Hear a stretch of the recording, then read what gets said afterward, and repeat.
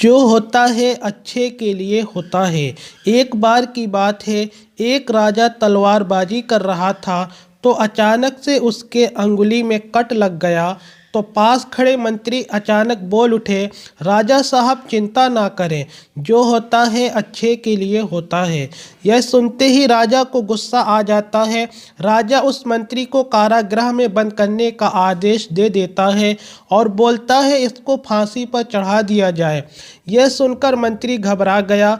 उसने राजा से निवेदन किया, महाराज, मैंने आपके यहाँ इतने वर्षों तक काम किया है, क्या आप मेरी अंतिम इच्छा पूरी नहीं करेंगे? राजा बोला, ठीक है, बताओ क्या है तुम्हारी अंतिम इच्छा?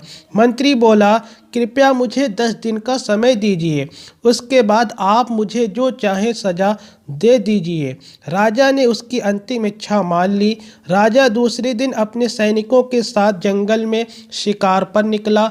जंगल के बीच में राजा अपने सैनिकों से बिछड़ गए और रास्ता भटक गए।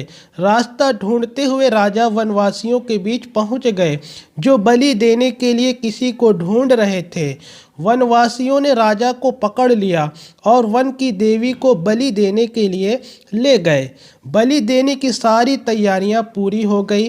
जैसे ही राजा को बलि देने के स्थान पर ले जाया गया, वहां खड़े बुजुर्ग की नज़र राजा की खंडित अंगुली पर पड़ी। उसने आवाज़ लगाई कि ये तो खंडित है, इसकी बलि नहीं दी जा सकती। तो वनवासियों ने राजा को छोड़ दिया। राजा जैसे तैसे वहां से निकला और अपने राज्य पहुंचा। सबसे पहले कारागृह में अपने मंत्री से मिलने पहुंचा। राजा ने मंत्री से कहा, आपने सही कहा था, अगर मेरी अंगुली नहीं कटी होती तो मैं जिंदा नहीं होता। यानी जो होता है वे अच्छे के लिए होता है।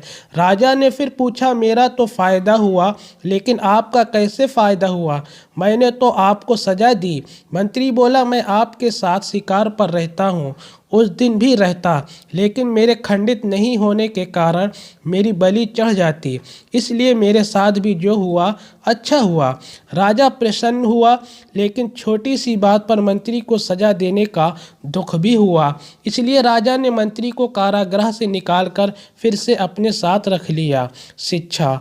दोस्तों, अपने जीवन में भी बहुत से उतार चढ़ाव आते रहते हैं। कभी कभी कुछ चीज़ें मन मुताबिक नहीं होती। इस कारण से कभी निराश नहीं होना चाहिए।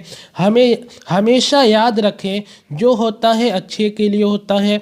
भले ही कुछ अच्छा हो या ना हो, लेकिन उस परिस्थिति के प्रति सकारात्मक नज़रिया रखने से उसका प्रभाव बहुत कम हो जाता है।